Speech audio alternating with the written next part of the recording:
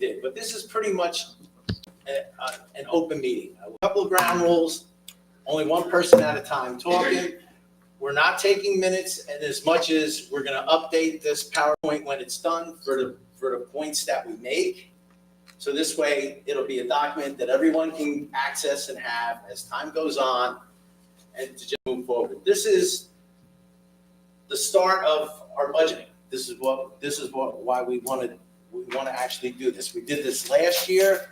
It seemed to be work out pretty well. Some of the things we got to, some of them, other things came up, but they're all suggestions. We just write it down and see where we go. Where do we go, and then we can prioritize. All right. Just a quick note, just to start off. I'd like to thank all the staff for coming. I know this is not part of the regular thing. I do appreciate it. It's a holiday season.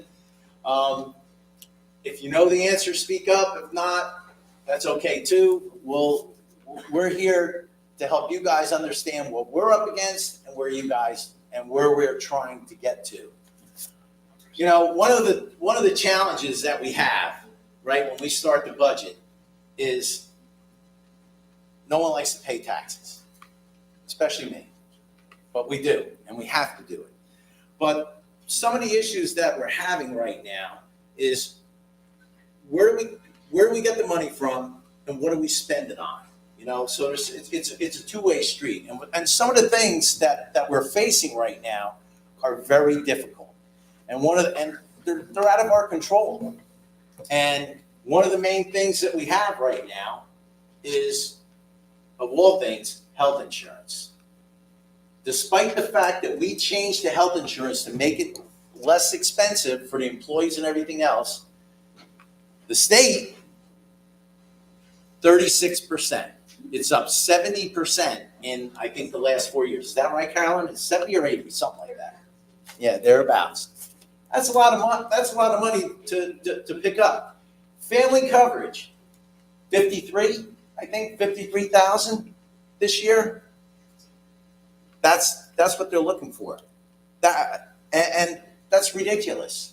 But this is what we have to contend with, because this is what the environment is that we actually have to live in now.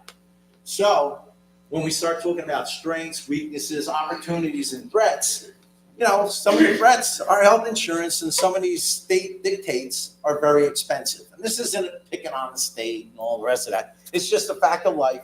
This is where we're at, and this is what we have to deal with. You know, but how do you combat that? What do you do? Especially if we're looking at where we are right now. What do you do? Get rid of stuff? We're not going to have a fire department. Oh, that's great. That ain't going to happen. What do you do? I mean, right now, just to keep up with everybody else that's out there, I mean, we're looking at paper, coal, and all the rest of this stuff, and these guys have done a phenomenal job for the town in general, and they've also done a phenomenal job in trying to find funds for us to get grants to help us fund some of these initiatives. You didn't think I would mention that, right? You knew I would. Because you guys did do a great job getting that to help get this thing kicked off and off the ground. You know, one of these things when we do with the budget, we started out a couple of years ago, or at least I did. The budget's what drives this town for the whole year. You can always add, subtract a little bit, but what we set in the budget and what we're going to set our stall out to do, that's what we're obligated by law actually to do. When you pass the budget, you're basically saying, this is what we're doing this year. This is what we're paying for. This is how much we're going to pay for it. And then we have to contend with people changing things, which we can't change what we said we're going to do, but then the state will come down and say, you got to do this. The state will come down and say, you got to do that. Oh, by the way, we're changing the rules. And sometimes the rules are a little bit soft that we don't see it, but they'll change a regulation. And now something that the police department had to do that took 2 hours now takes 6 hours. So now you need 3 times the resource to do that. Sometimes, you know, some of the things that happen in the state is just the way they handle even insurance claims, this, that, and the other thing. You get in a car accident with a police car, now you're jumping through more hoops just to figure out what happened. You're out of car. That's all you know. Look at yourself. Well, I know. I got hit last year. The car was gone. Now I'm sitting there. They give me a nice little check, which isn't enough even to cover the fact of the car that I had. These are things that we contend with during the year. We also look at structure and part of our plan. You know, we made a recent change. We have 2 interim, business administrators or a deputy. I'll always get the titles mixed up, but these guys came in, are doing a job for us that was done basically by one person before. And these guys are finding out as time goes on, there's all these other little things that are out there. And we've been pretty diligent about trying to go after all these little pesky things that nobody's taken care of for years. One of the things that came out, and oh, by the way, everyone that's here, Claire's here. Sorry, Claire. Claire is our Citizen of the Year. Claire? The Environmental Commission and the Green Team have done a fabulous job. They just got a nice big fat award for being Rookies of the Year, recognized by the state. Don't ask me what the acronym is. I'll never get it right. But she went down to Atlantic City. She was recognized, and the whole team for their efforts. I thought it was phenomenal. That's something that we decided to do a couple of years ago. We had one. It fizzled away. It came back. Someone grabbed the bull by the horns and made a go of it. Can't thank you enough. You see all your handiwork all around town. We've got trees everywhere. Okay, but this meeting is not about me rattling on for 2 hours. 9 o'clock, hard stop, all right? But one of the things that we try and do is we try and operate, and I'm not putting it up there, is to operate smart. And what that means is that for our goals for this year, we want to be specific, we want them to be measurable, we want them to be achievable, we want them to be relevant to what we do, and time bound, which means we don't like these open-ended things that somehow, oh yeah, we're going to get this done, or I'm looking to do it, and it never gets done. The staff that's here, when we get to the point where we're doing some department reviews, or if you guys have some input that you want or questions, ask. If they know it, they'll be more than happy to answer. We're very lucky that we have the staff that we have. They're very good. Okay. If you don't mind, giving us a little page forward there. All right, so what are we doing? We're going to look at the SWOT analysis review, more along the lines of what are we going to do for 2025? What do we need to update? We're going to talk about some of our needs, the desired borough services and programs, and just a quick breeze through the departments of what are we doing? What's going on? Next. For those of you that are new, what's a SWOT analysis? Everyone up to date on these? I know some of you guys are. You're just giving me this stare down. Strengths, weaknesses, opportunities, and threats as it relates to what we are and what we do, all right? And it's one of the management tools that they use out there to have people look at what's going on, think about what we do right, what we do wrong. We have to be doing some things right. I'm sure there's some things that we do wrong. There's opportunities that there are things that we'd be doing better, and there are things that are outside of our control, which are pesky things that we have to contend with and we have to deal with. Okay, next. I'm not expecting you to read this, but this is all the points that we had from last year. All the things that we wrote on these pads is what's up here, okay? So we listed them all. So let's go to the first one. Strengths. This is what we said last year, all right? So now that I'm sitting here rattling away, we have a lot of volunteers and volunteer opportunities, a sense of individual importance for residents from the departments. Like when you go there, they make you feel that you're important. Staff is providing good services, and we have a good school system. That's what you said last year. What do you think? Are we still on track for that? Are there things we should add? Things we should take away? Who's going to be my scribes tonight? Lenny, you taking the reins first? All right. Right strengths. We're not going to rewrite all that. We don't need to do it. What do you guys think? Yes, it is. I believe so. Yeah. We're on, right? Yep. Like it's water. Yep, it's all good. It's out there in TV land. All right, what do you think about strengths?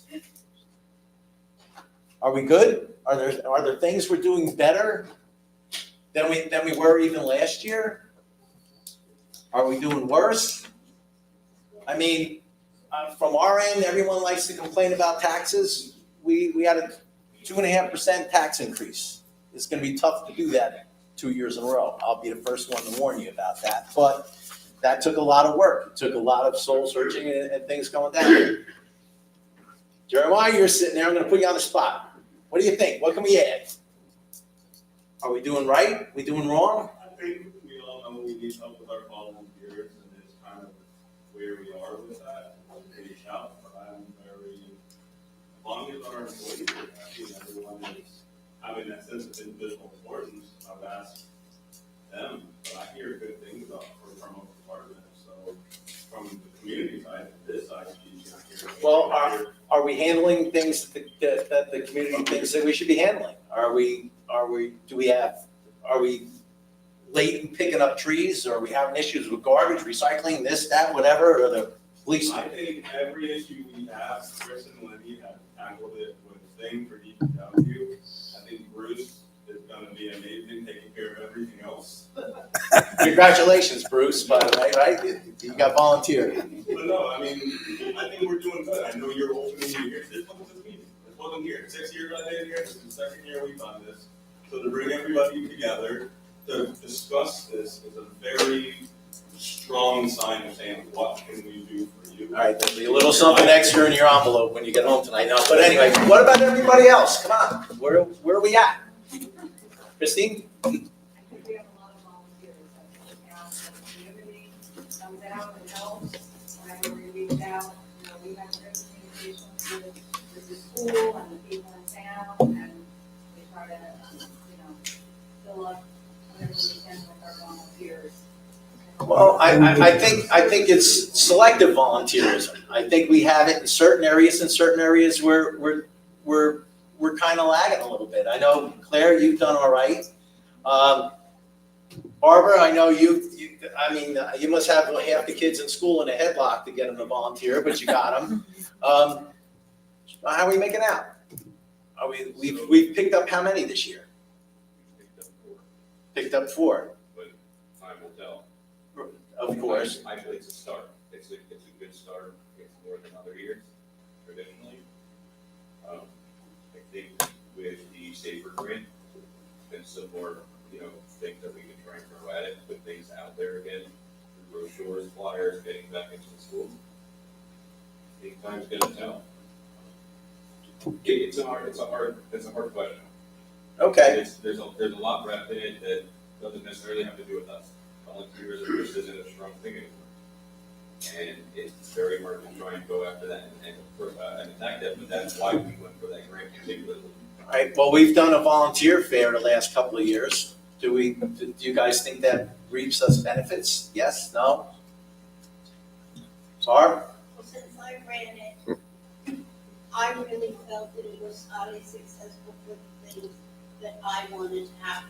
It was certainly, as far as OEM is concerned, and then looking around at the library tends to do well anyway. But they got more, all the departments kind of gathered through the years as people began to realize that they need help as they are joining in. I really feel there was an influx of it.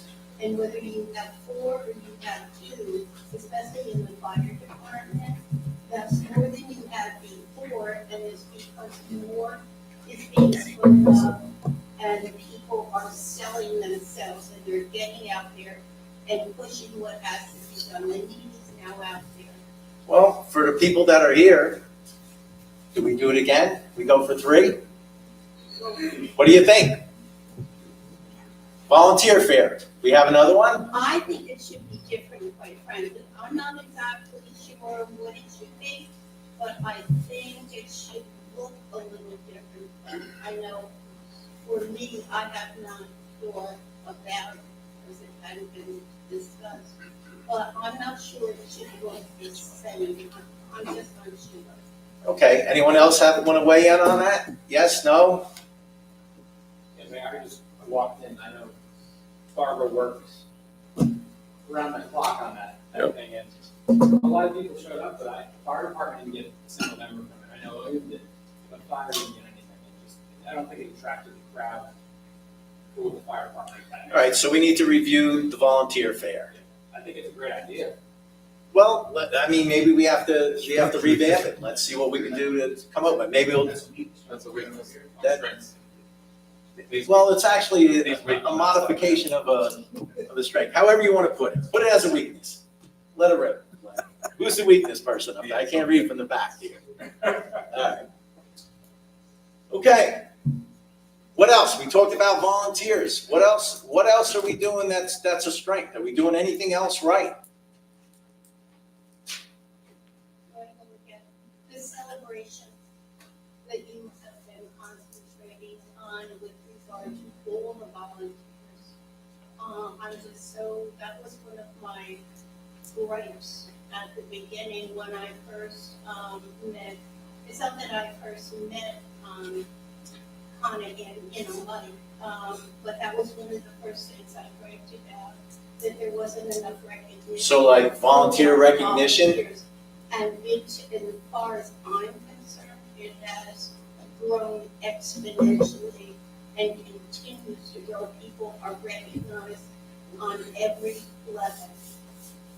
Who's doing strength? You? Yeah, put it down there, volunteer recognition. To be quite honest, one of the things that I think that we need to get a little bit better at is, of all things, it's nice that we have volunteer recognition. I think it was long overdue, but I think now we have to expand that because I think we do need to do a little bit of a better job on our end, employee and staff recognition, because we have a lot of people that work a lot of years and they just kind of come and go, and it's just something that I think we need to look at. Okay, Lenny, why don't you throw that one on your side? Employee recognition. Yep, that's something that we got to work on. Okay, services. Oh, sorry, Bruce, go ahead. I was gonna say, the council has done a lot of work in building up our police department. And Chief Geis has done a lot of work along those lines. And that as a community is making us more secure in this crazy world that we live in. I think that's a strength of Middlesex. Strength. Who's strength? Safety. Lenny. Yep, safety, public safety. All right, good, thank you. Good services, anybody else? Rich? Jack, I think the movement in the redevelopment of the parks has been a real positive thing in the future. From the new playground at Mountain View. Yeah, I think later on we show that as an opportunity, so we can put it as a strength. I mean, that we're moving in the right direction. These guys have looked at, and right there is our parks chair, right there. Hi, Shannon. Hi. You guys have done a lot of work for all the parks. What else you got coming up? So we're still finalizing the Victor Crowd Park Master Plan, and we also want to look into like the pocket parks in town, because we spend a lot of time at Victor Crowd Park and Mountain View Park. So that's what we're looking into for next year, to put more of a focus, what we do in the smaller park areas. All right, keep that one online, because when that comes up later, that's going to be one of the emphasis on the pocket parks. That's something that we're going to want to work on. All right. Not to anyone's chagrin, I'm not touching the schools. All right, that's a separate thing. I wouldn't want to talk about them without them being here. So the good school system, we'll leave it as is. We have a couple of guys that, one of them here is moving over into the school board. We're expecting good things from them. And all right, anything else? Anyone want to add anything else on these strengths? Yes? No? Don't jump in all at once. It's okay. All right, next slide, please. Weaknesses. Guess what? We had a bunch more, and now we're trying to go there. And these are things actually that we didn't hit them all, but we tried to do things, and I think actually we did pretty good with these, to to get moving on all of these. More volunteers, we had the volunteer fair. We're gonna talk about that, because if we do it and the main ringleader over there thinks that there are things we can do better, we wanna make it as effective as possible, so let's have a little meeting beforehand to see what shape or form it should take. Communication. As much as, I think we've done better at communicating. Are we perfect? I don't think so. Social media and stuff like that, we're getting a little bit better. I'm the last one to talk about social media because I'm not on it by design, which is okay.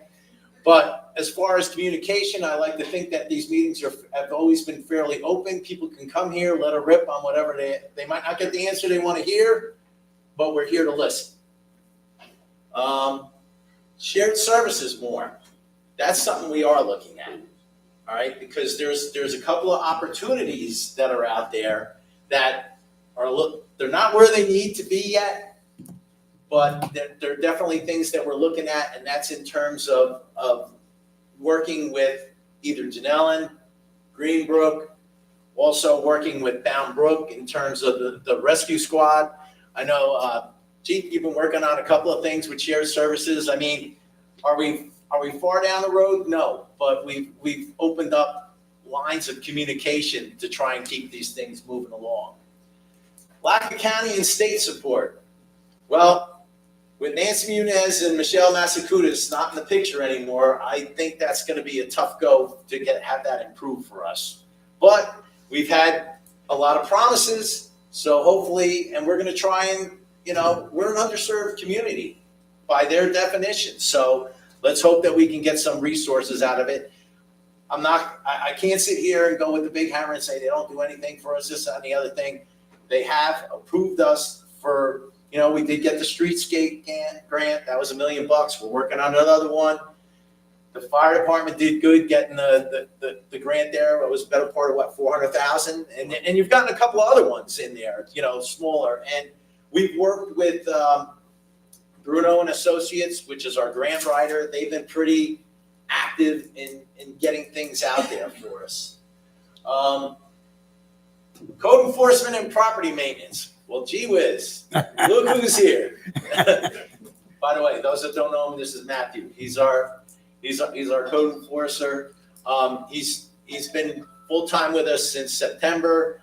He's been making a lot of inroads there. After I finish my little spiel, if you got some questions, feel free. There you are. Better facilities and passive uses for parks.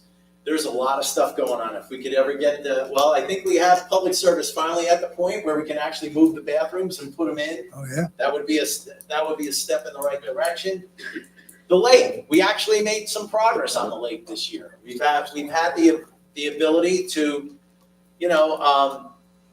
tested. Testing came back well. We have some plans in place for using our hydro rake, which has actually been as much as people might have thought it was a boondoggle when we bought it, it's actually worked out pretty well for us. And I think as time goes on, it's really going to reap some benefits for us. The train tracks. At this point with the train tracks, we are just about as far as we can go. They put in the bollards, they put in the lighting, they come and change the lighting. They've been in constant contact with Lenny and especially the chief over light timings and different things like that. They're on it. The only thing that's left for them to do for the things that they were supposed to do with us, we changed the lighting. If you guys go there, it's pretty well lit at night.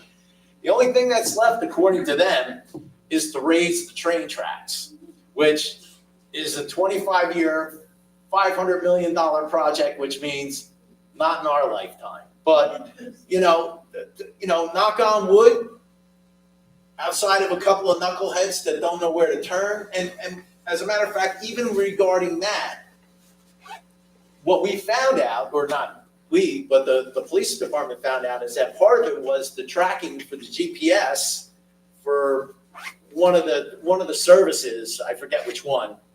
The chief would know. It was telling them to make a turn at the light. But the problem was the light was was not the traffic light. They were thinking it was the light that was over the train tracks. So we had a couple of people decide to make a left-hand turn. And don't ask me what possessed them, but they decided to take a ride down the tracks. Obviously, none of them got too far. But fortunately, outside of embarrassing themselves and doing some considerable damage to their cars, no one got hurt, which is a plus on that side. Economic development and attracting businesses. Well, we're actually getting some interest now. I mentioned that at one of the meetings there's a group that basically asked us to supply them with a list of properties that we thought would be right for redevelopment. So we sent it because people are starting to get interested in Middlesex again, which is a good thing, because we don't have the "Don't come here" sign out anymore. We have, we're open for business. We want you to come. And like we said before, there's all kinds of ways to handle the tax thing. Part of it is redevelopment. A lot of people wish that things could be the same way they were years and not change anything. You can't do it. It's just impossible, because it would price everybody out so far that we couldn't live here. So it'd be a nice empty room, but the two people that were here would be paying about $24 million in taxes to be able to live in town and have the same services that we have today. That's kind of where we are on the weaknesses. What do you guys think? Are there more weaknesses? Am I missing something? Anybody? Communication is a two-way street. You can only do so much. But people in town, maybe you can encourage them to go to the website and to come to the meetings. We've had park meetings where no one attended. So it's a two-way street. So Well, it is a two-way street, and I appreciate your point, and that's one of the reasons that we're having here. And I'm glad you're bringing that up, because hopefully the people out there sitting at home in TV land realize that this is their town too, and it's easy to come and complain, but we need people to take part and help us. We spend a lot of time going around town, and these guys, the whole staff, they're here all the time. They know the neighborhoods, they know the people, they know everything that goes on, especially the DPW and the police department. Not to downplay what you guys have, and the fire department too, but these guys are out there. They see what's going on, and they try and guide us to, hey, we got a problem here, we got a problem here, here's what we got to look at. And then on the administrative end, we find out that, oh, by the way, this is where Carolyn comes in, by the way, they changed this rule, and this is what you guys have to deal with. And that's okay, we try and put it all together, but in order for this to be a true collaborative effort, we need your feedback. What are we doing? This is all great. This is what we all said last time. Is there anything else that you think that are we missing? Are we too aggressive? Are we not aggressive enough? In terms of, one of the things that we have with Matthew here is that we want to go after the broken windows. We want to go after the people that are not being good neighbors and good residents. That's what we're trying to do. People that have junk in their front yard that's been sitting here for 10 years and no one ever said anything, we're trying to take care of that. And we're trying to communicate, because even things as far as like the reassessment, there's a lot of people that were going crazy over that. Let me tell you something, I would want to be first in line for that, because at this point, after we had the big reassessment, that's what you want. You want your house not to get too far out of whack, so you're not getting the big hits anymore. But what she's doing is definitely reflective of, if your taxes are going up or going down or whatever they're doing, that's totally reflective of what's going on in your neighborhood. If your taxes went up a bunch, that means, boy, you guys got a ton of home equity, because it's going up like crazy. If it went down, there are things that are not going the way that you would hope. And it's based on what's out there in the market. And if the market's with the way these things are being done, automatically you're gonna keep pace with what's going on, because the reassessment's gonna hit. And I just wanted to touch on that, because I know that was a hot topic, and If people have any questions on that, please ask, because I know you got somewhere else that you have to run out to, and I want to make sure everyone gets a chance to say what they need to say. Well, here we are, weaknesses. Come on, guys, where we at? Oh, sorry, Rich. No, you gotta wait a second, you gotta go, Mark beat you to the punch. Going forward, I know in the past when I was still working for Ed Johnson, we were going through a lot of things with senior housing. There was a lot of talk, and then there's a little ongoing over the years about senior housing. Has that kind of been completely dropped to increase senior housing? Funny you should say that. Actually, I tried. no. The answer is no. We have someone that has expressed an interest. It's, as I mentioned in the last meeting, it's very early stages. We don't know where it's gonna go, but yes, we would love senior housing. It's long overdue.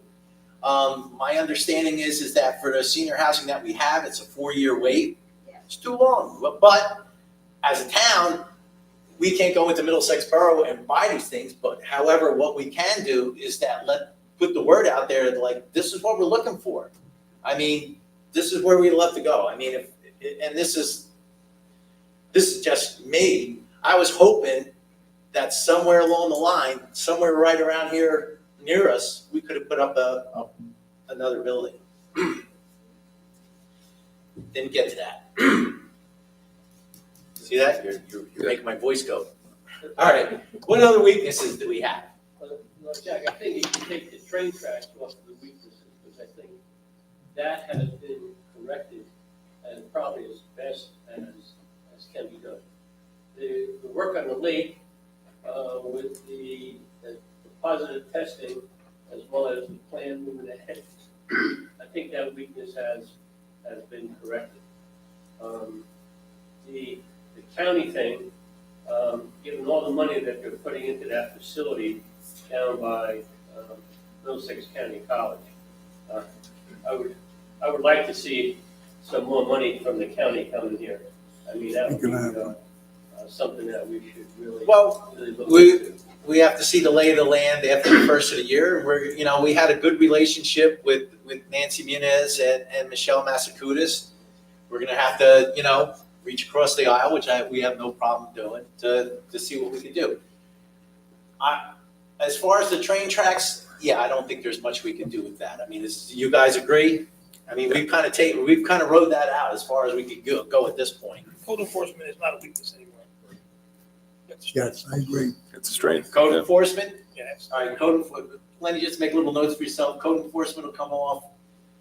I think we should leave the lake on there, because until we have more depth and we have a track record of the water coming in the way it should be, just leave it. I appreciate the code enforcement, but I would like to keep it up there for my motivation. As Okay. well as it's some stuff that I'm still working on to make better. Well, yeah. do you want to say a couple words? How do you think code enforcement's going? What do you see? Talking about equity in homes, COs need to be looked at a little bit harder. We have a checklist, and I'm a private home inspector on my time off, and the checklist doesn't meet my expertise. I think it's about 6 to 15 days. When I look at a home, I look from the curb to the rear, from the basement to the roof, and that's not on the list. And if we keep selling and allowing people to come into the community and allowing them to live in a home that's not up to par, then we'll never get equity in homes. If we hold them to a standard, and I'm talking about we can allow people in, but give them a temporary CO instead of a clear CO. And that's what I'm working on now. That's what I'm looking into now. I just changed our checklist last week to a couple more things, and I'm still looking into that. All right, thanks.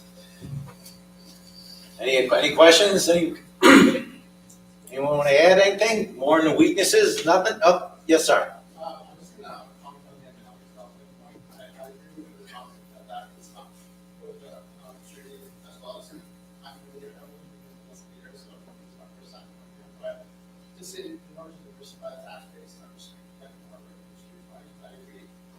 residents is one way, but not the only way.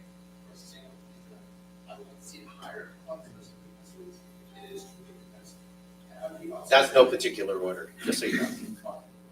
I'm also curious if there's an economic plan. One of ours, and I think we could talk about money and Well, back in the day, they had the Economic Development Commission. I wasn't a part of that. Was anyone here on it? Bob, you? No? Dave? No? Anyone? Remember they had the Yeah, I remember it. Yeah. Was anyone that's in this room on it? No.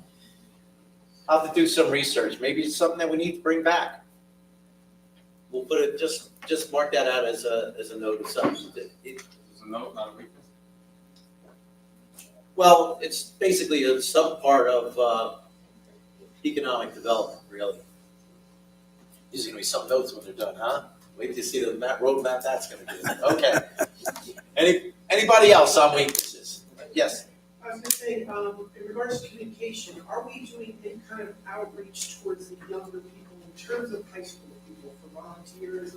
Have we gone to those, that level of communication? 'Cause I would tend to say, as a borough, no.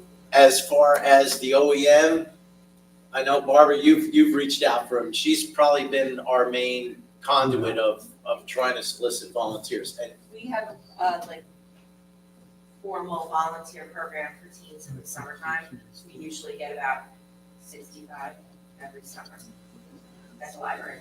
Kenny, you have too. And for recreation, Yeah. we have a pool of seniors that, not just seniors, high school students that we utilize as well for various events or even sporting. I should have figured you ladies were on that already. Mayor, I got something to. Sure. Fire-wise, volunteers, I've been trying to get into the Board of Ed, and this year was actually the first time I've actually gotten a response from the Board of Ed. Ever, before I was in the fire chief, which is great. I was trying to do the after the fire presentation, I don't know if anyone's heard of it or is familiar with it. You go to the high school with the juniors and seniors right before prom, moving out to college, and two people from Seton Hall that were badly burned in that fire on their campus come and do a presentation of what happened, why you shouldn't drink in school, fire safety in school, fire safety at home, and then they basically turn it over to the fire department for any type of recruitment and retention. We do it at work on my full-time job. We obviously don't do recruitment and retention through service, but for home, I mean, we could have our own fire safety day with the juniors and seniors essentially after that. So hopefully in the next few years, when Chief Young takes over January 1st, we can kind of get the ball rolling with that, but I'm trying to get. Well, maybe a kickoff is if you're gonna do another touch a truck or something like that, or have an open house specifically for kids, you know? We get the kids a lot, they get on the ones with fire prevention day and just everyday stuff. But you need like I need teenagers. 15, 16? People that are against fire and actually see what we do and. Jack? Yeah, the OEM, we recently started a cadet program, children, for high school kids. And that's been very successful. The purpose of that was to future volunteers into other services. Not through the OEM, but fire, EMS, anything. Get them aware of what's happening around them. And it seems to be really successful so far. Barbara's done a great job of getting that going. And we're still picking up another one, I guess, this week, so. How many cadets do you have? Barb? Was it 2 and how I was 13? About 13? That's pretty good. Yeah. Okay, well, maybe it's something that between the fire department and the OEM, maybe it's like you guys come and give a presentation during one of their meetings to, or have a meeting on at one of the houses, just to, just throwing it out there. Anybody else? Christine? Just to help share some information, for recreation, we go to all Baptist families, and that really helps us with our volunteers, and we get our information out about what our programs are throughout the year, but especially with back to school and for the high school, that's where I get a lot of my volunteers on the list. you know, we utilize that list around the year, you know, some is kind of specifically a lot from the Cape Cod and the National Honor Society, but in your case, maybe you want to see if you can get a table there, reach out to Ryan Evans, and the principal over there. Okay. It might be, that's the target. So That's a great idea. when people come to you and talk to you. You know, maybe the thing is, you know, for all the, for you guys to, well, Years, like, you know, that's like I've spoken to the principal, and he is very open to working with anything like that. yeah, well, like I was gonna say, maybe one of the things is to have a coordinated worksheet at the beginning of the year. Here are the opportunities that are available for you, and not just have it be for recreation or that, but include the fire, the OEM, just like have a list. Hey, listen, here, this can go as part of the package at the beginning of the school year. Here's all the things that you guys can get involved with. Anybody else? Mayor, if I may, just for as far as the police department, our school resource officer in the schools is an opportunity for us to have a uniformed police officer in front of our school-aged children. It's an opportunity for recruitment, it's an opportunity to help them volunteer, think about operationally what we do to support Middlesex. We just ran a pretty successful food drive that we had many volunteers for the grade school that came out, collected food with our police officers, they brought everything to headquarters, and it was all packed up. And at the end, you know, we delivered tons of food to the Middlesex County Food Bank. So those things, I think, you know, sometimes it doesn't look clear, but like all these little programs, I think make a big impact from the library to recreation to seniors to the fire department, OEM, and the police department. I think maybe it's not concerted, individual, but it makes impact. Well, because I know you guys, well, is it the type of thing that maybe on the web, and I don't know if it's there or not, maybe, is it the type of thing on the website, we just have a tab that says volunteer opportunities and just have the different departments list what they're looking for, like a one ad for, you know, age and what you have? I mean, maybe your library has it and No, I think for volunteer, is it specific enough or is it just kind of general? Because maybe what you need is to be a little bit more specific, is I'm looking for one of these, I'm looking for one of those, I'm looking for, you know, that type of thing. Laura? I was going to say that, you know, they have a job fair, so the kids can see different jobs to have.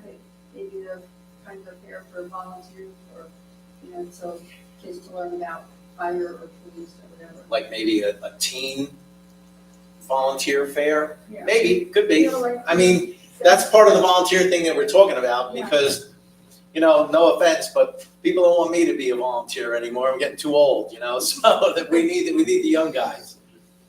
There was someone else.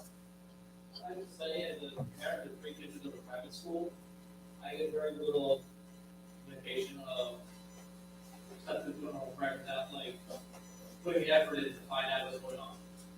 And I mean, once I got involved in the rec, it's there, but without searching for it, it's very hard to like.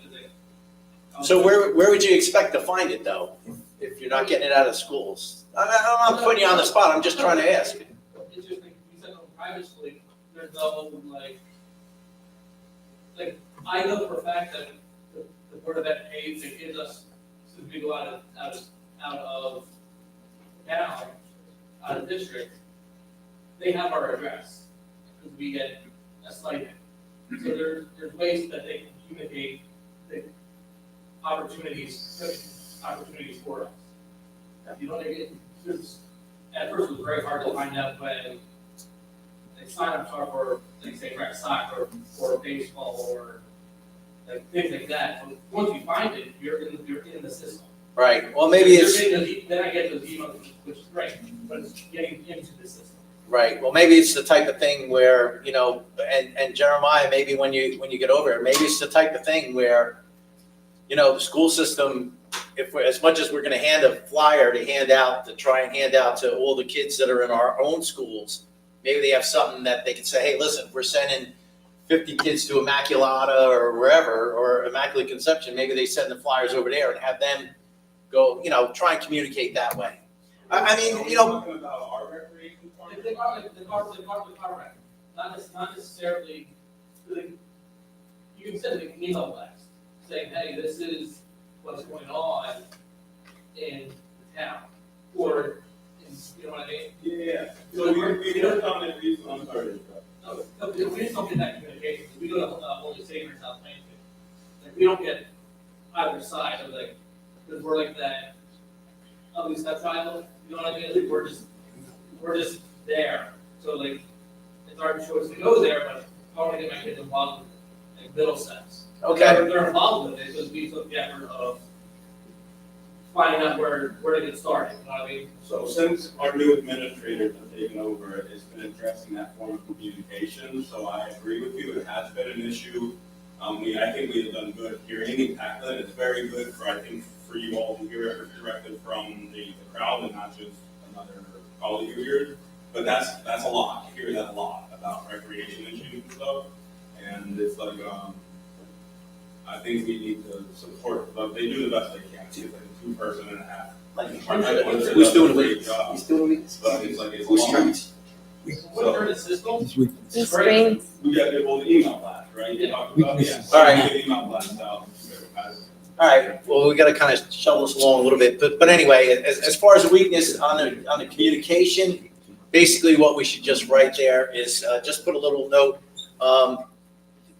like child and teen, opportunities. I told the last administrator there, where it's like, we need to communicate that we're on the department head a half as well, so if they send us something. No, listen, it's a point well taken. Wonderful job, so. You know, well, but part of it is too, is that we have to let people know that these resources are out there, because you know as well as I do, you can sit there, communicate till the cows come home, and then someone's still gonna complain if you told them 10 minutes before it was gonna happen, and instantaneously.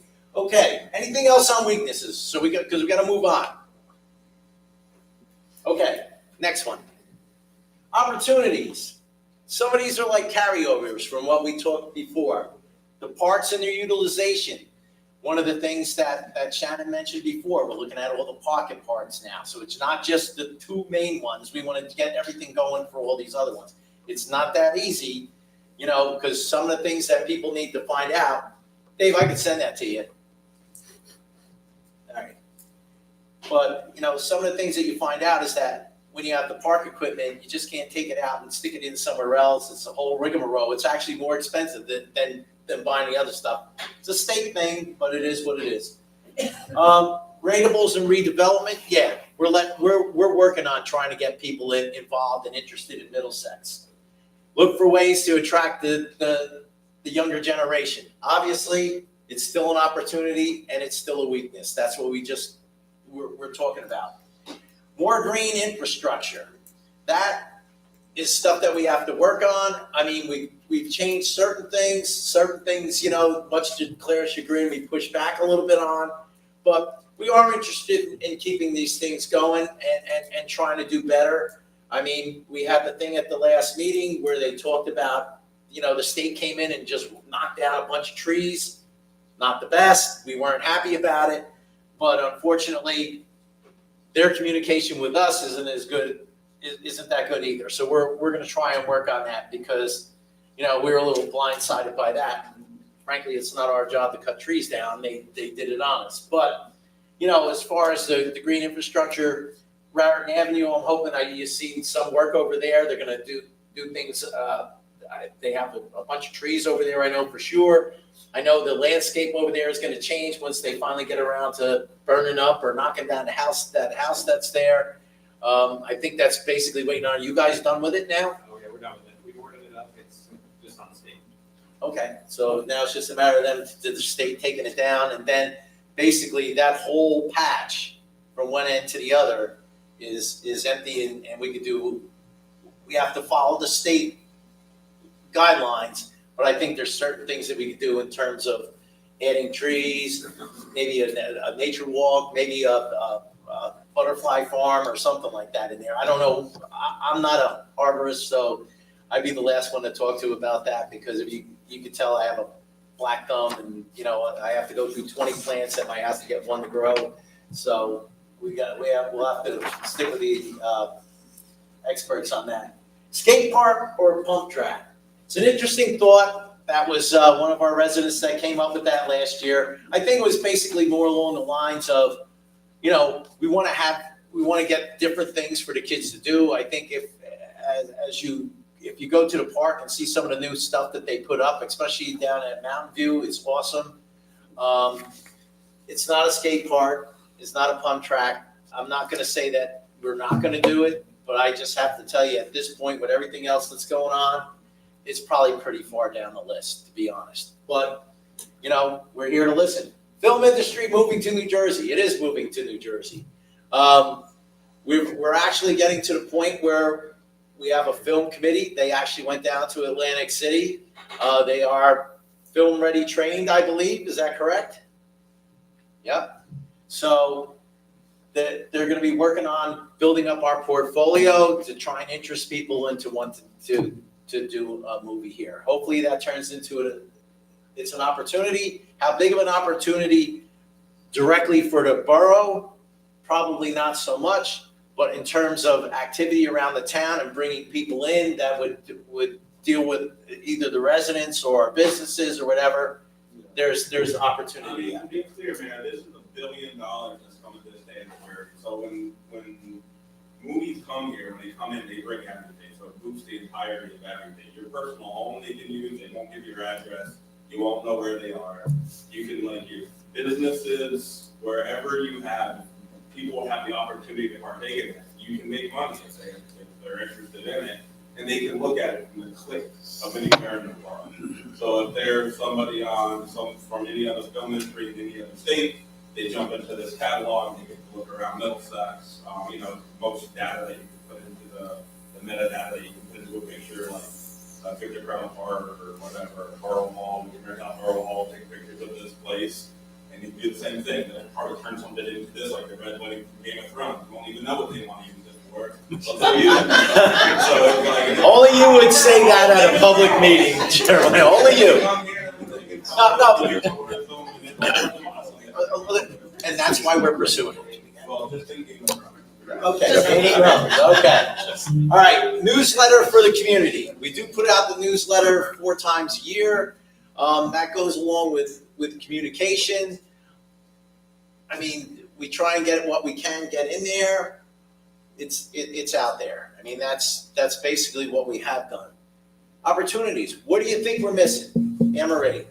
Summer concert series. You're damn right. I mean, we follow a couple bands, but the places we've gone to see different bands, we would have never went there before. But we went there to see a band, a specific band.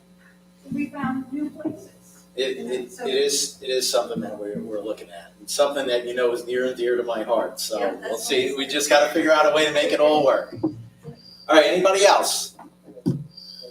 Sure. Sometimes there's an overlap of events on the weekends from various organizations like the Elks, the American Legion, some churches, some recreation. There's overlaps. I'm just wondering if there's a possibility to reach out to those organizations. Most of them know what their schedule is and put it together and then look at the conflicts and see if some of them will change to offer different opportunities, more opportunities for the community. I think it's probably more the Elks and the American Legion because I know pretty much the 2 ladies here. They do go back and forth with the schools to try and make sure that they don't have too much overlap. But is it something that we could look at? Yes, we could probably contact them and say, what are you planning? So maybe we just call in a joint meeting, get them all here, and just bang it around the table and see. I want to do this. I want to do that. What day works for you? What day works for me? And be done with that. Just he's got it. Okay. Along those lines, and I was thinking about what you said out there, about knowing what's going on. How about an events calendar each month where there could be input from these organizations, so you could look at any day during the month and say, oh, there's a concert. So like a community calendar type thing? We have it, Jack, on the borough It's like- website. Yeah, we got a calendar on the website, but I know it's only They our stuff. expand it, yeah. There's nothing on. Yeah. expand it. But that way people would know, go to the events calendar, hey, I want to do something around. Right, give them an opportunity to post an event on the, Libraries having a jazz concert. Right. You know, so. all right, we'll look at that, because it's actually a good idea, and we probably have to have a point person to be able to screen it and be able to put it up before it all goes on. Yes, you look like you want to say something. No, you were looking at me with. Yes, that's a good idea. Well, listen, the senior calendar, you got all the events listed there, so, it works. Okay. Anything else? Come on, guys. Barb? Yeah, I just wanna check on any status, maybe that's coming down the pike, on regulating these e-bikes and what's going on the outside, because I had to report them twice. Okay, I'll be more than happy, because I know someone's been working very diligently on it. Chief? So we have a draft ordinance that we have been working on. We had the council had a workshop on it recently to talk about it, to look at some of the concerns that the community has as far as safety in parks, safety of the kids who are driving, and some adults. So we put together a pretty decent draft that went to the borough attorney to format properly, and it's in the process of being looked at. That's fantastic. Yeah. I would like to add this one, I have reported my problem, it had to do with Wendy's and the staff there. I've said, you really, might want to look at what's going out, going on in your environment and on. And he said, we can't, we're afraid. He said, our staff, the boss, will not allow us to chase them or do anything. And they said, would you, and I said, then I will call, and I did. Well, I mean, the point that I would have for that, the expectation always in town is not to expect people to try and take the law into, or that type of enforcement into their own hands. Call the police. Anybody who sees anybody on a bicycle or e-bicycle or anything on a roadway, on a sidewalk, or park, that's doing something unsafe, or that hurts someone else, call the police, and the police officer will respond, investigate it, and Yeah, that's why I reported it. Yeah, well, and we're on it already, and I'll tell you why, because we've been very fortunate, and it's all fun and games until something happens, and then it's not going to be fun and games. And there's a lot of little rules and regulations out there, like if it goes over 28 miles an hour, guess what? It's a motorcycle. You can lose your license, you're supposed to have it registered, insured, all these other little things come into there. And as you people well know, you go down the street, you see some of these bikes, they're going a hell of a lot faster than 28 miles an hour. They're running a risky game. Anything else? Opportunities with the state and county.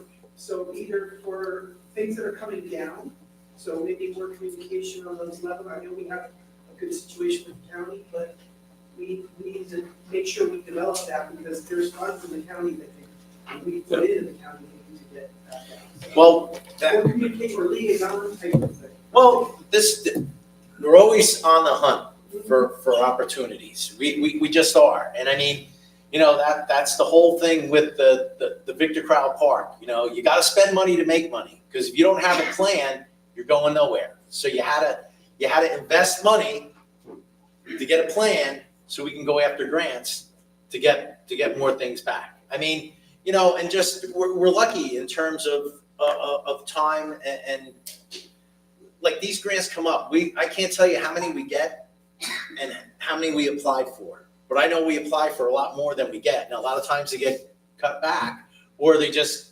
you're taken right out of it. And I have to say that the staff and the volunteers, when these opportunities come up, they put the time and the effort in to try and get us the money that we can get, because we all we're all in the same fishbowl, and we're all just trying to pull out what we can get out of it. And I mean, a lot of times these things impact not just the guy who's writing it out.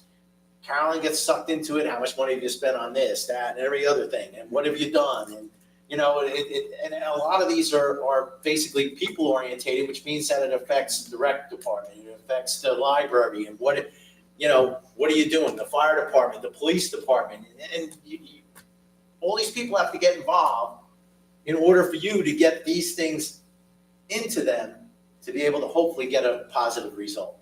Did I do that correctly, Carolyn? Did I explain it good? Very good, yeah. All right. Oftentimes the 500 towns applying for a grant that only has 25 awards, so it can be hit or miss. There are certain ones that we are better candidates for and try to focus on the ones that we have a better chance of getting. And, you know, we've done pretty good in the last 2 years.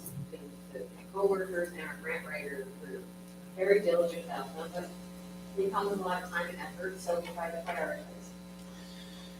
Guys, it's very simple with that. If you don't ask, you don't get. So that's it. All right, anything else on opportunities? I have one, Mayor. Shoot. I think, our cultural awareness day. Middlesex Borough is very diverse town, and I think, it would help the town if we would learn more about the different cultures that we have in the town. So, you know, have a cultural, awareness day. All right, that's definitely a weakness, for sure. That's a very good point, because we do have a lot of stuff going on, that's for sure. And it'd be nice to tie it all together, because we're all part of the same family. Yes. All right, anybody else? We have the Culture and Arts Committee. Yeah, it's actually on the Culture and Arts agenda for discussion.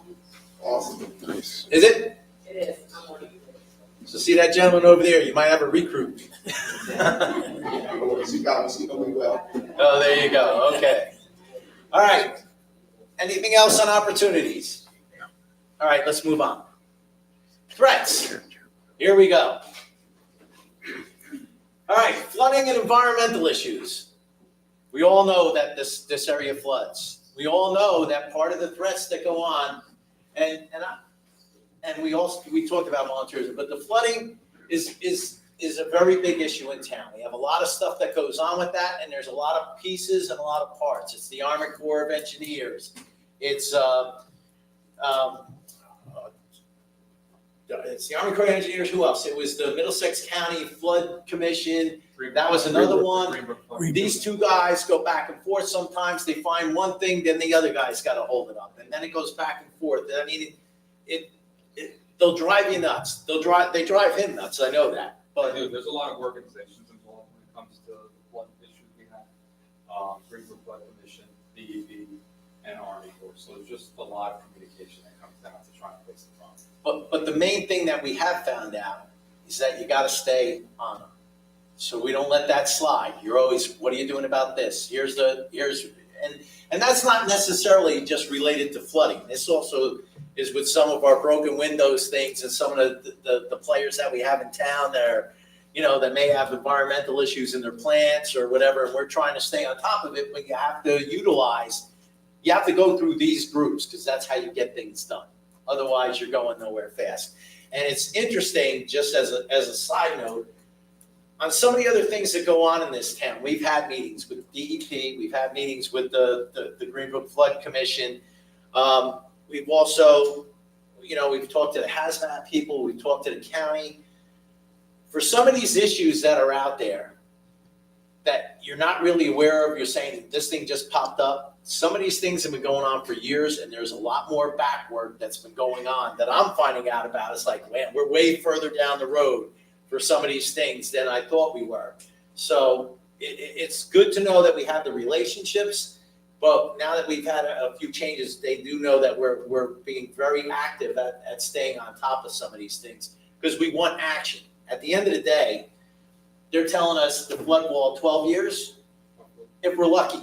Now, mind you, they've been wrong every time, and it's always been later. So we want to get that, but if you don't say anything, it just stops and everyone wonders what happened. So we're staying on top of that. Traffic, speeding, unsafe driving. Well, there's not a day in Middlesex that you can't go. And to their credit, I always see cars pulled over, and that does my heart good. But I also know that if you on social media, someone's always sending me a little blurb saying, this guy's speeding over here, this guy's speeding over there. When it comes to items like that, if you see something that is becoming repetitive, or even if it's not repetitive, it's the same guy that you see every day doing this wrong thing, call up. We have a traffic department, they'll take care of it. They're gonna do, we just had a recent one on Shepherd. It kicks in a whole protocol of the things that we do to try and mitigate some of these traffic issues. And I'm not gonna talk about it because he knows it a lot better than I will. Do you wanna expound a little bit? Sure, if you have a traffic complaint, the police department will accept it. We can do a traffic study, just to see what the speed, volume, direction, of cars on the street. Volume is an important part of it. We go back probably 5 years to see, any traffic crashes that happen, to see if there's something that we're missing as far as infrastructure, signage, safety, and we put all the data together. And so it gives us a couple different things we can do about it. We target enforcement. So when we do our study, it also tells us the times of the violations, when they're most prevalent. It tells us when the most volume is. So we can put a police officer, we can be smarter, work harder, not have someone out there all day. But if we know it's between 2:30 and 3:30 on Washington Avenue, that's when we put our police officer there. So we can monitor and enforce. And so, we always try to do an education for two. So sometimes it's a lot of times it's our teamers. From my experience, 33 years of being a police officer here, we'll stop someone, it'll be a year that's not so far down the street. So we'll do an education effort, put our driver feedback signs up, so you can see your speed, put a warning sign up, a message board about stopping at a stop sign. And from there, follow up with education. So, it's a bigger process, but, we work very hard with the DPW to see if there's something wrong with the road.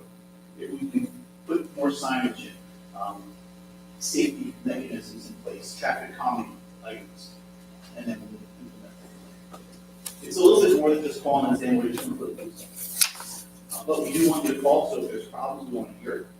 So we can, number one, know about it. We'll put it on our patrol bulletin for the police officer, so everyone gets a copy of it, so who's patrolling that sector knows there's a specific problem in that area. And that's how we put ourselves involved. And then we'll respond back to what we learned and what we're doing about that. Hopefully some results. Okay. Taxes getting too high. That's why Dawn left. That's, yeah, well, she knew it was coming out. But anyway, the tax is getting too high. I mean, that's New Jersey, unfortunately. And what we just have to tell you guys is it's a combination of what we're spending money on, what we can do to generate revenue that's not specifically on the homeowner, going after some of these other things that are out there. Some of it's even it's a matter of just getting the flow through the courts fast enough. There's a certain amount of that. We need development. We need development in this town. We need shared services, and these are things that we're having to look at. I mean, the bottom line is that what we're doing right now, Middlesex is probably not going to look anything like it does right now 10 years from now, and it's a needed change if we're going to survive, because otherwise we're going to price all of ourselves out, and there's not much you could do, without getting rid of services or things that people still want. High turnover, mass exodus. I can't speak to that one because it seems that every time I see a house get empty, I see a house filling up. I see that, I don't see too many residential properties that are vacant for too long unless they're run down or they're in the process of being flipped or built up. And it seems to me that a lot of the traffic that we have, there is traffic that leaves, but the traffic that's coming seems that it's mostly North Jersey and New York is what's been coming here. That's just my opinion. I mean, if someone wants to weigh in, I'm more than willing to listen to it. Abandoned buildings, that's part of the redevelopment thing. We're throwing those out there because we want someone to either look at them, buy them, turn them over, turn them into something. If they're getting into too bad of a state of disrepair, he's been on it, issuing fines and doing whatever it has to do to get these guys to at least get them up to, vacant property code, which I know exists out there, because we don't want infestation, we don't want dilapidated buildings, we don't want squatters, we don't want any of that. School spending, like I said, we're taking that one off the table, we're not doing that. Don't defund the police, I think we've done a good job at not doing that, because we support our police department, and we've kept it pretty much as fully staffed as we can. There is always turnover, and it's interesting, because it's like any department, and I know, Lenny, you go through the same thing, these larger departments, you almost never get to the full complement, because every time you think you're getting there, someone goes out, they're either sick or FMLA or something like that. But thank God we have the police that we have and the workers that we have. And otherwise, if we didn't have any redundancy at all, we'd be ripe for the picking, and we're not. Loss of emergency services. Loss of emergency services really comes down to the fact that it's almost tied into volunteerism. What can we do to attract people to come in to do these things? It's nice that we got 4 firefighters this year. What does that leave us short? About 10? Sure, we have a max roster of 100, we have 56. There you go. For sure. For sure. We're at half. We should be. Yeah, so a little over half. But that's a threat, because it comes down to the point sooner or later, if you don't have anybody doing it, you have to hire. And it may come down to that, or maybe that's where you start looking at shared services or fire districts, which they're not interested. We don't know.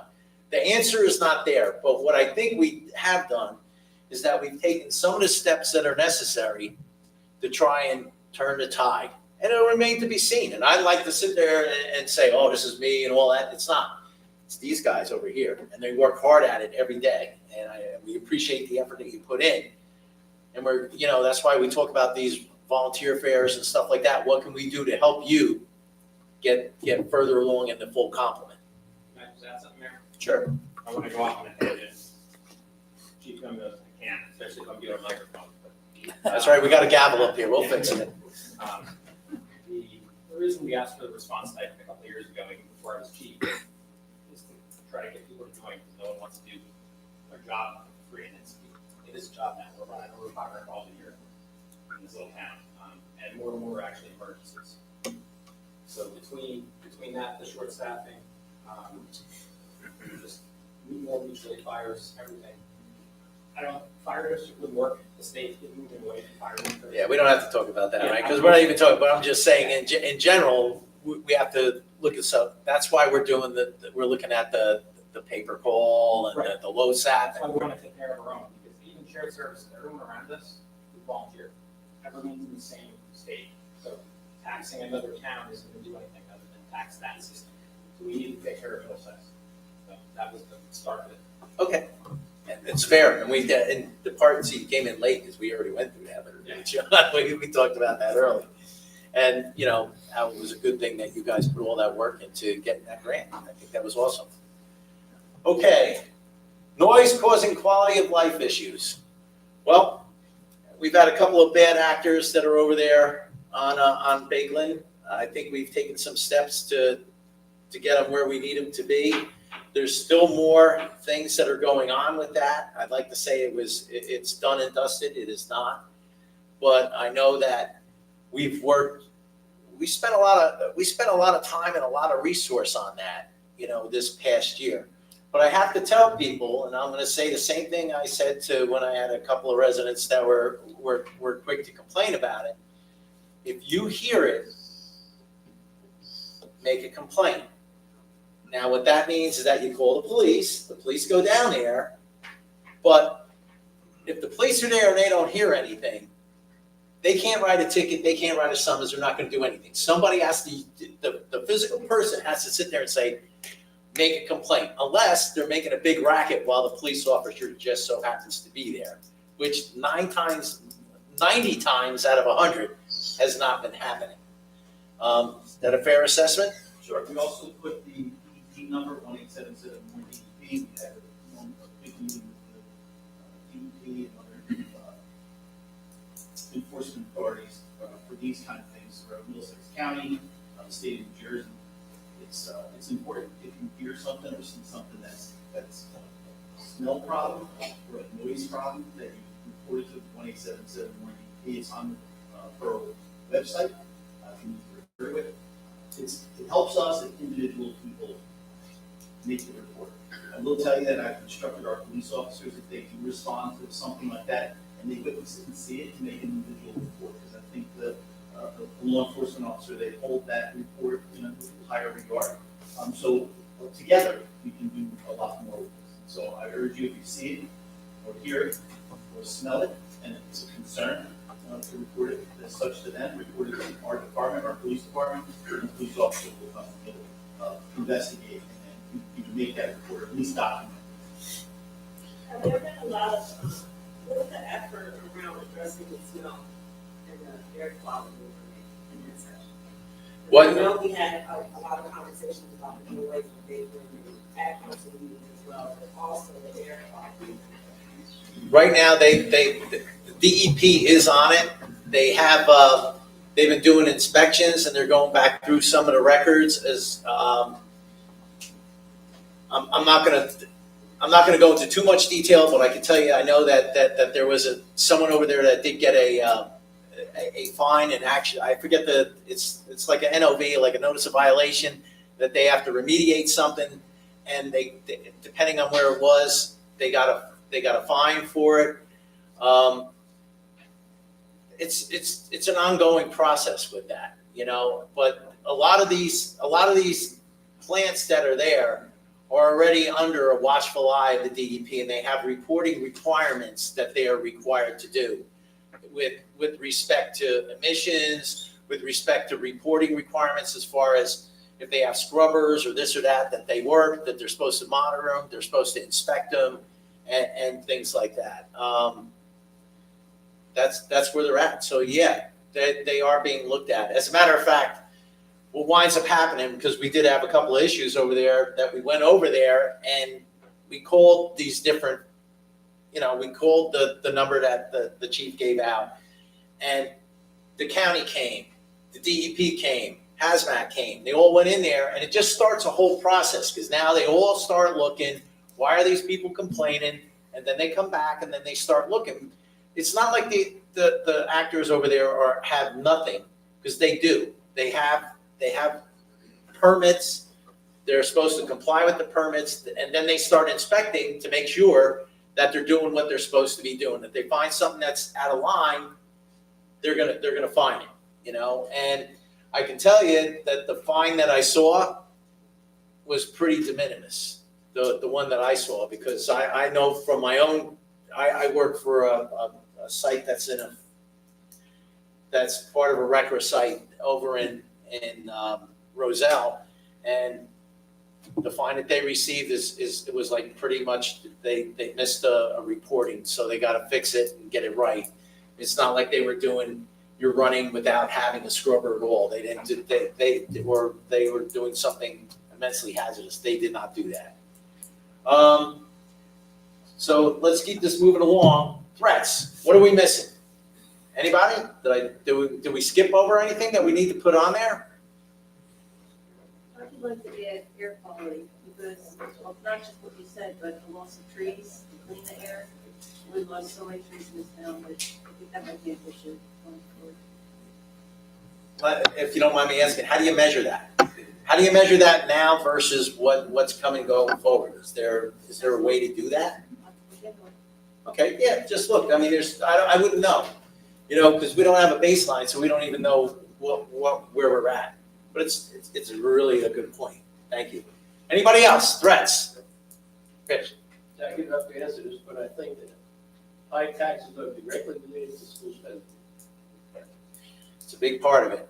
It's over 60, and all I can tell you is when I complain about being underfunded, our state aid portion has gone up in the last, is it 5 years, Caroline? 20,000 over, not 20,000 a year, 20,000 period. So they've given us $4,000 more a year, which doesn't even keep up pace with inflation, and that's a threat.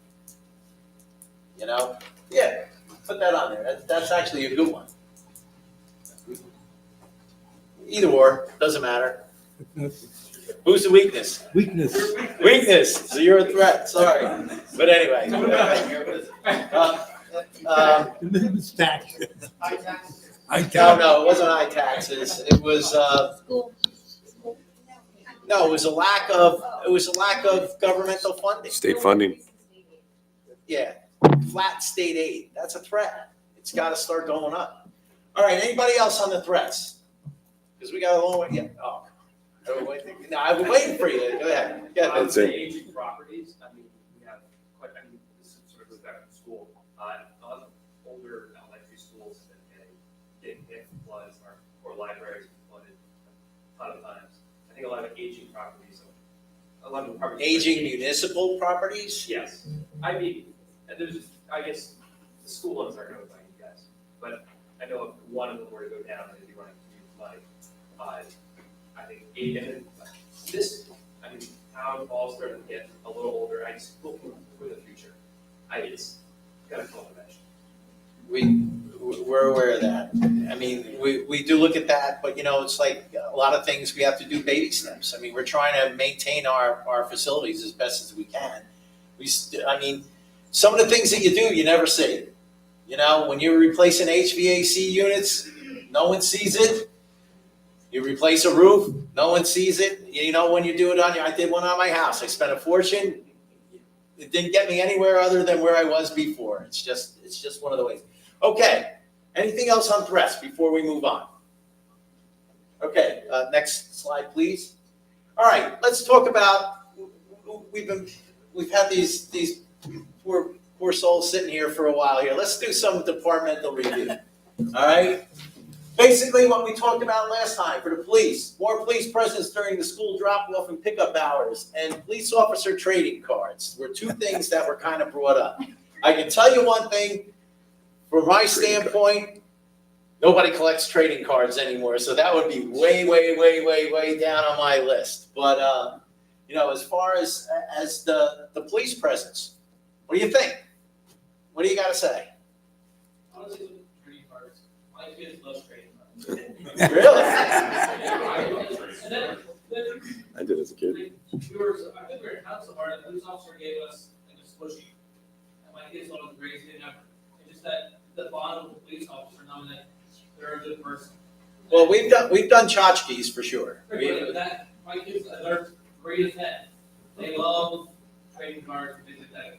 They do Pokemon cards, they do that, so the whole thing with the trading cards isn't important. We go on airplane, we get highlighted trading cards. Well, So it's okay. like, actually gets us the knickknacks, but it's the bottom with the kids and the officers and everything else. Well, they do quite a number of like handouts and stuff like that. I gotta tell you, Jolene is very good at like, I don't think trading cards are important. okay. And that's all I'm saying. Are you saying trading cards period or just the whole giveaway in general? Giveaways in general, trading. We're all about giveaways. I see that. Pokemon, Disney, you'd be surprised. Okay, but not specifically police. Just in general. All right, nope, we got it. That needed a little clarification, let me tell you. That's okay. All right. We gotta get a holographic cheap guy's card out. Yeah, well, there it is, right? Number one, right? He's not putting it down. All right, guys, let's get back on track because we don't want to run out of time here. Lauren, go ahead. But I haven't been around at that hour when school's open and closed, but especially longer.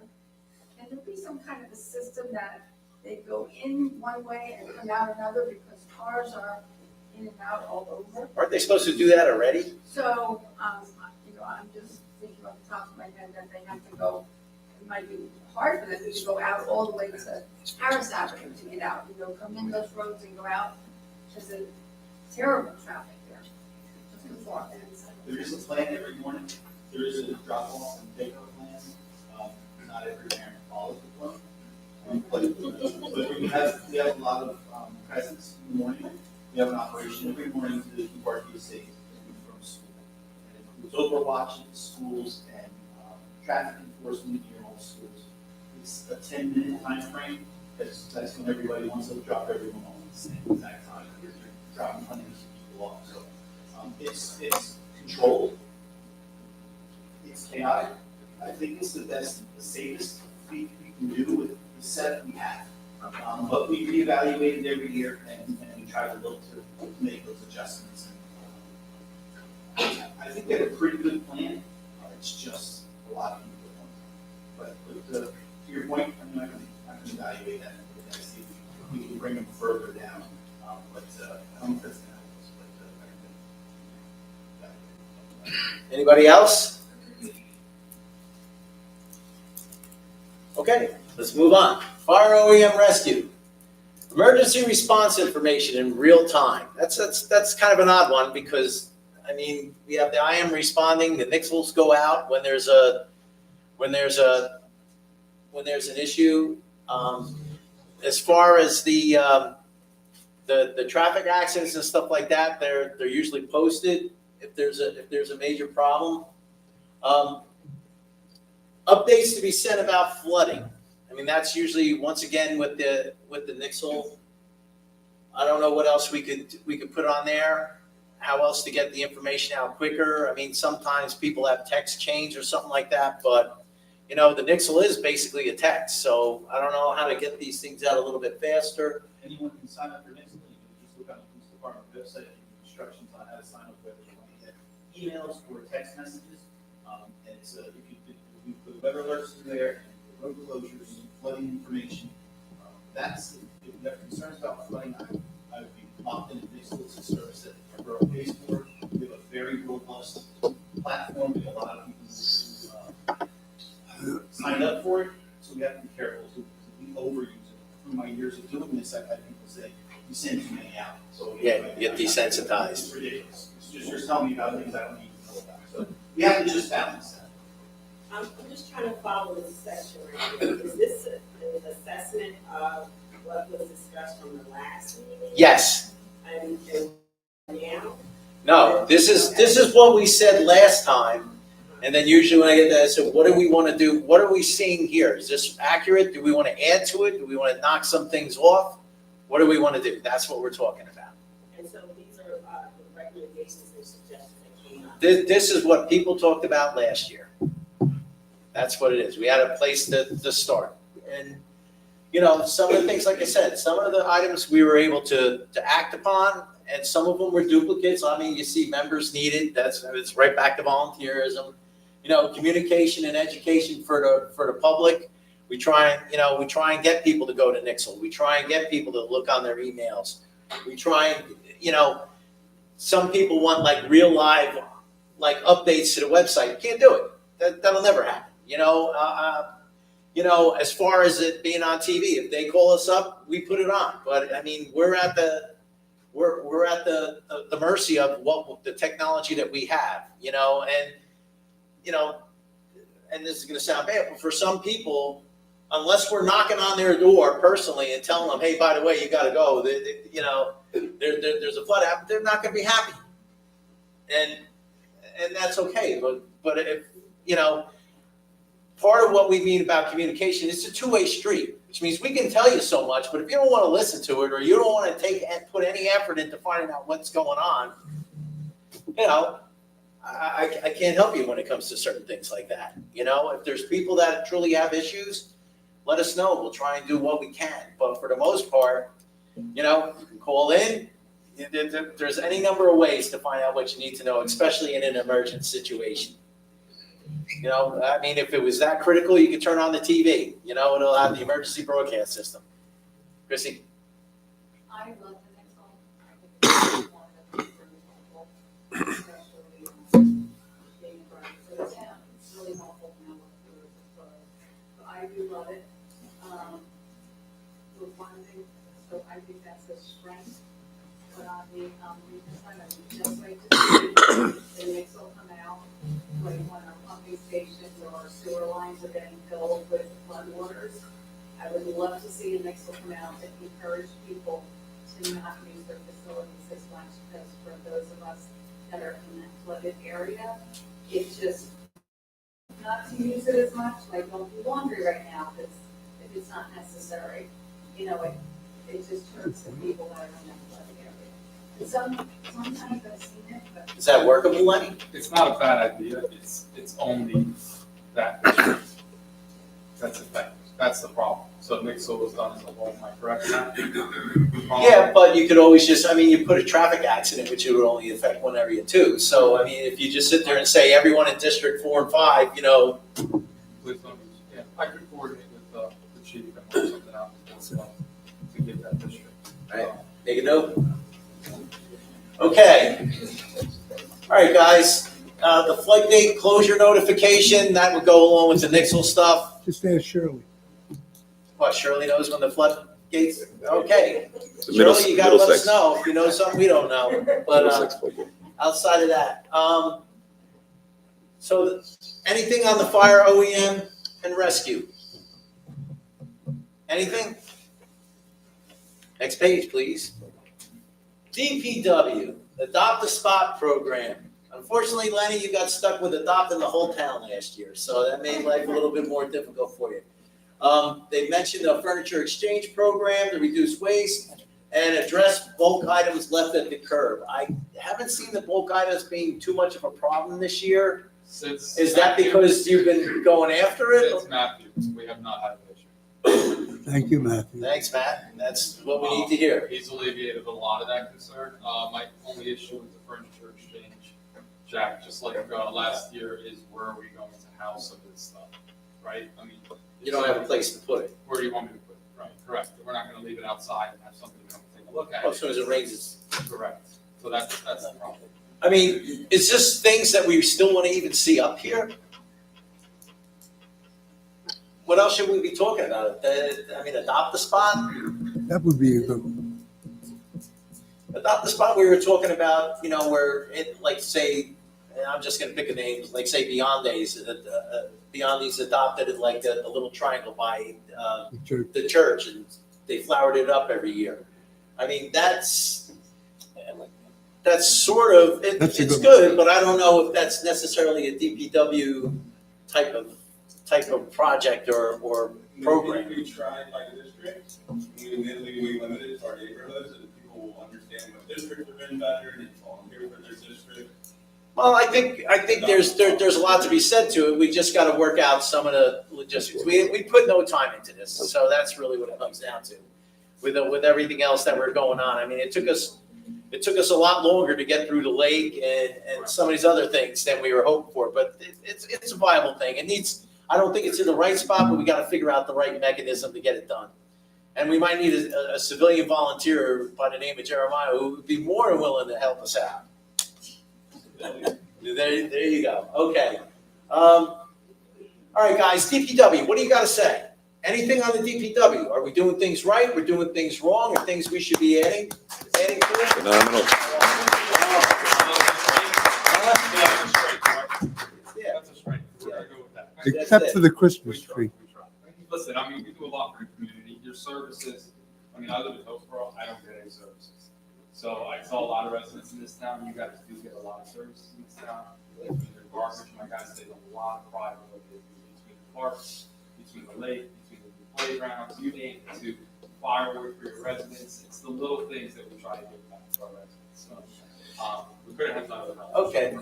Well, that's good. Before we go to recreation, I want to flip back one slide, please. Threats. No, 2 slides. Perfect.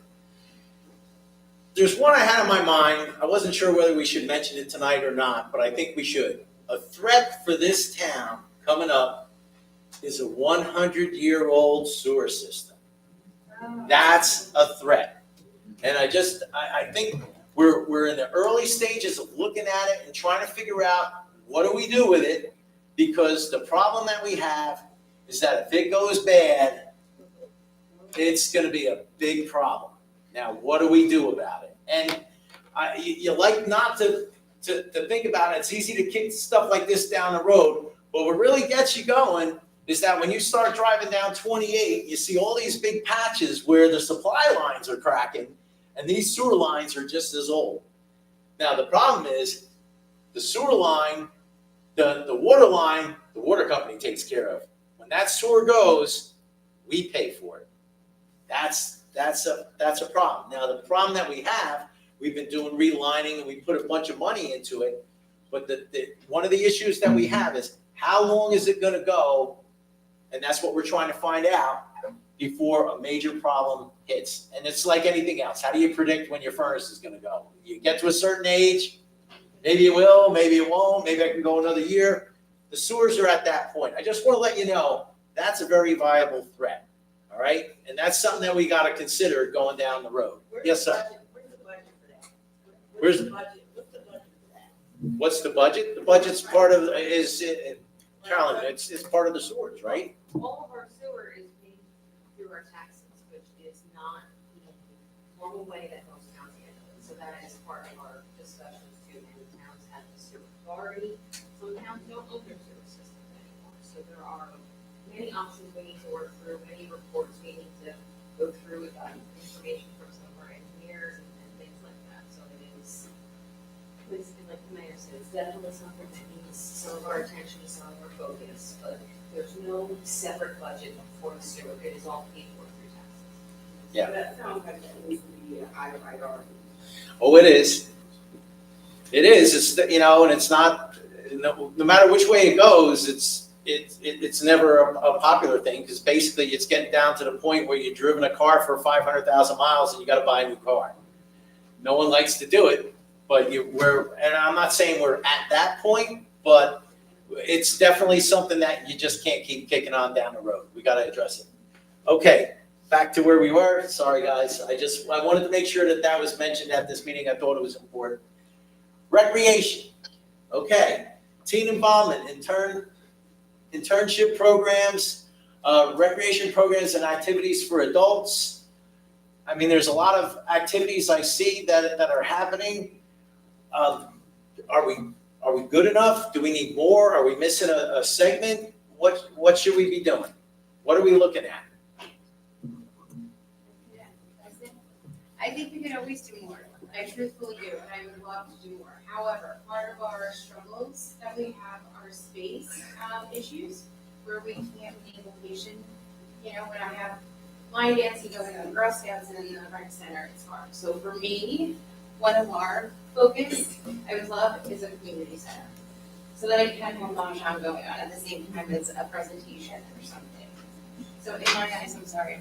No, that's Great. that's why we're here for. I mean, believe me, you guys weren't getting away with sitting there all night without saying something.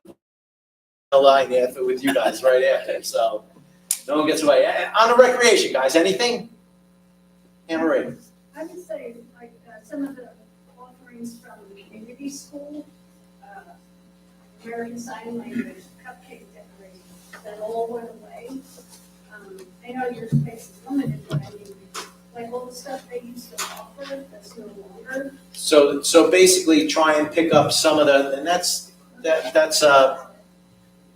just a note that you could take, is pick up some of the programs that the community school used to have that just disappeared now that they don't have it.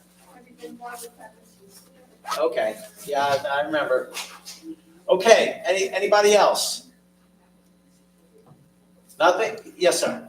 Some of the, I don't know if this is the right, where you find roads and services, they do servicing on roads, for the most part, they look about town. We see there's some parts where, especially where our town meets other towns, and those towns are investing in servicing, and they cut off the work, right? You mean like River Road?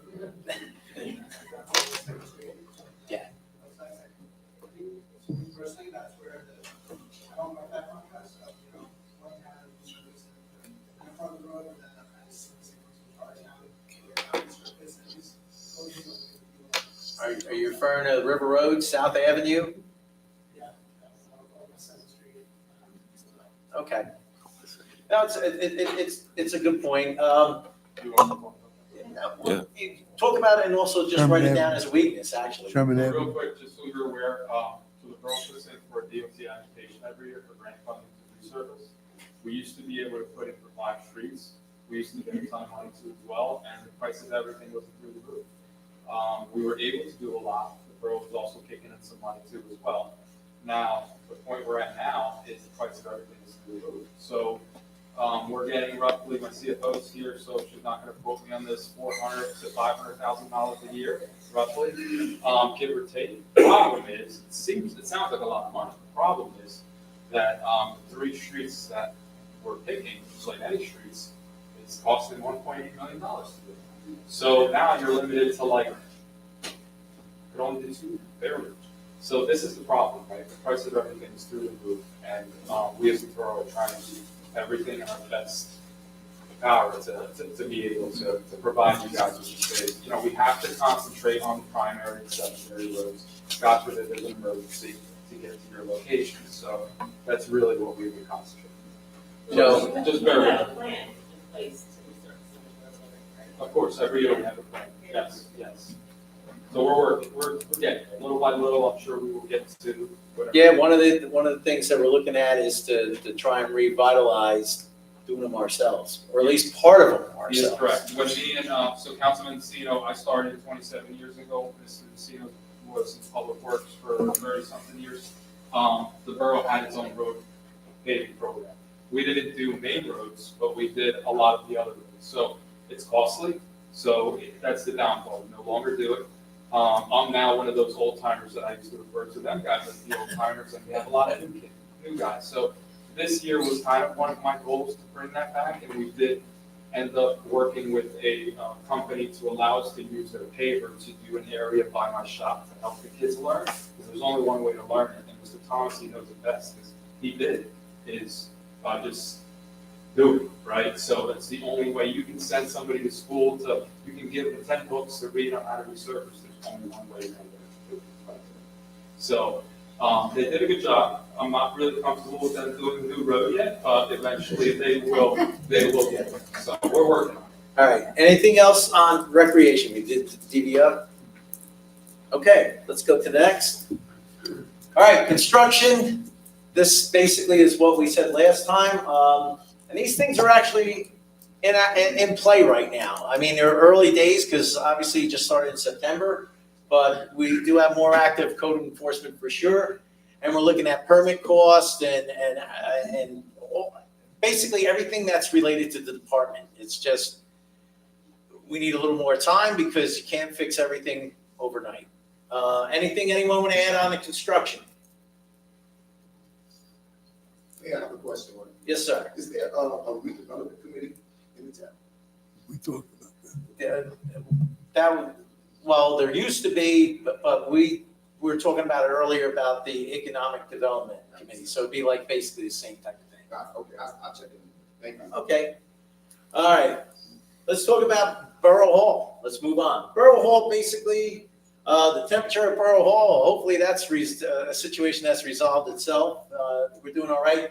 The emails for each department, no generic voicemail. I know that there was a line put out there. I mean, I haven't personally called everybody to just make sure they work. The ones that I have called, they do work. So I tend to think that is not necessarily an issue anymore. The building is outdated and has never been renovated. We put a new roof on this year. We'd love to do more things to fix the building, but it all comes down to money and where are we going to spend it at this point. If we can get some grants, we'll work on it. But for right now, we're doing everything that we can to maintain the asset as best as possible without losing any utility out of it, for lack of better words. Someone was talking about red receipts on emails. Basically, the email system that you have right now, because we did a change, you can easily see that, you know, if you want a red receipt, it's not necessarily the staff's issue. That one confused me last year, because if you had a red receipt, that's someone, you guys sending us an email would want a red receipt when we read it, not the other way around. Okay, and missing appointments. People are usually pretty quick to call me if someone's not there and someone promised me this, that, and the other thing, and they didn't come through. I'm not hearing a lot of that. As a matter of fact, I think I had one this year. I can say, from May and I being in this position for the last couple of months, the staff's been extremely responsive, and I haven't heard one complaint about being responsive, not being able to leave a message, not being called back. So I don't think it's an issue, but if it is for someone, please let us know. There are anomalies, it happens to us all, there's a lot coming in, but staff is really doing a good job, and I haven't heard any negative at all. Okay. Ladies and gentlemen, the staff is here. Ask your questions. But I think it's important too, that, just to introduce, like, you saw, Christy from the library, everybody knows who Christy is, so maybe we just wanna go through our staff, just say your name, the department you're from, so if there's a specific question, Mariah from court, everybody, you just wanna go through the line, and then you wanna start. Favorite book, maybe? I don't know. Just in case they don't. Let me hear it first. I'm Len Vidal, I'm the superintendent of public works. Chrissy George, I'm the director of the library. Melissa DiMarino, director of recreation, senior and disabled services. Ferrari Young, administrator for the court. Karen Benson, chief financial officer. Matthew Dillingham, Director of Code Enforcement and Zoning. Jack House, Director of Emergency Management. And Bartok, fire chief. Matthew Dyson, chief of police, and this is the borough administrator. Nancy? My name is Mayansi Racinos, and I work in the clerks department. All right. And hopefully you guys know who the councilmen are. Bobby DeCino, Mike Conahan, Joe DeSenza. Got Jeremiah back there who's on double duty tonight. Who am I missing? One last one, Carolyn Benson, she does all finance, and I'm sure everybody. All right. Guys, we're, believe it or not, we might actually get out of here before the 2 hours is up, but I just want to ask a quick question. Do you guys have any questions that you want to ask these people? They're here for you. They came here at our request to answer your questions tonight, if you had any. This is like being in Catholic school. No one says nothing. Nobody in the front row. No one in the front row. Well, there's always that. Okay. Yes, sir. The library, do you need anything in the library? Yes. Is that, are residents charged, and we wanna use that for, can we use it for personal use, like a baby shower or birthday? Can we do that? No, so right now, the community room policy that the board passed is community room can only be used by 501c3 nonprofits. Got it. We have a whole policy on our website at this point. Excellent. I'm sorry. No worries, thank you. All right. Guys, I don't know what else to tell you. Next slide. Thank you for your participation. What, we have someone else back there? I didn't have a specific question. I just want to know what the next steps are after this meeting.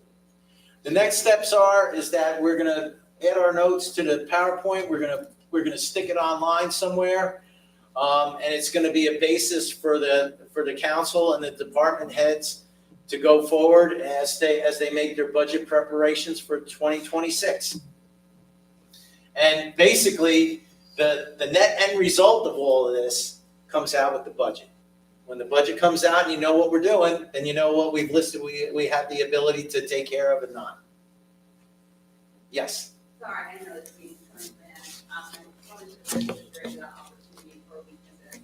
But with, is it possible to put a crosswalk on Lincoln and Ashland or somewhere near there that's right across from Superfresh? Because right now there's no crosswalk there to really cross, to let you go on a walk to go to the supermarket. You have to wait until like you see pause in the traffic and that takes a long time.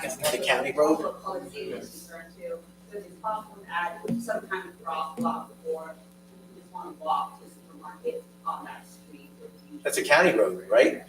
So that's the county road, which is in the lower county road, and it's in the after. I